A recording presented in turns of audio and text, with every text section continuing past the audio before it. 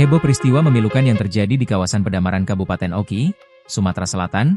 Seorang bocah berusia 6 tahun berinisial R ditemukan tewas usai terakhir bermain pada hari Sabtu, 26 Juli 2025.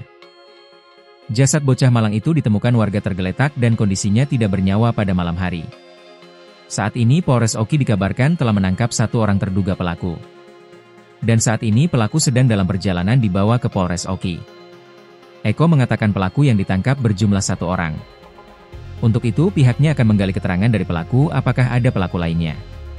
Rozianto, 20, berhasil diamankan polisi tak lama setelah membunuh RDP, 6, bocah perempuan di Desa Menang Raya, Kecamatan Pedamaran, Kabupaten Ogan Komering Ilir, Oki, Sumsel.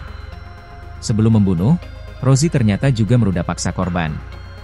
Informasi dihimpun mulanya bocah tersebut dilaporkan hilang diduga diculik oleh OTK sejak pukul 12 siang saat bermain bersama kedua orang temannya.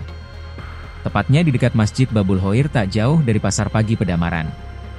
Kemudian ada pria dewasa tak dikenal mengajak bocah tersebut dan membawanya.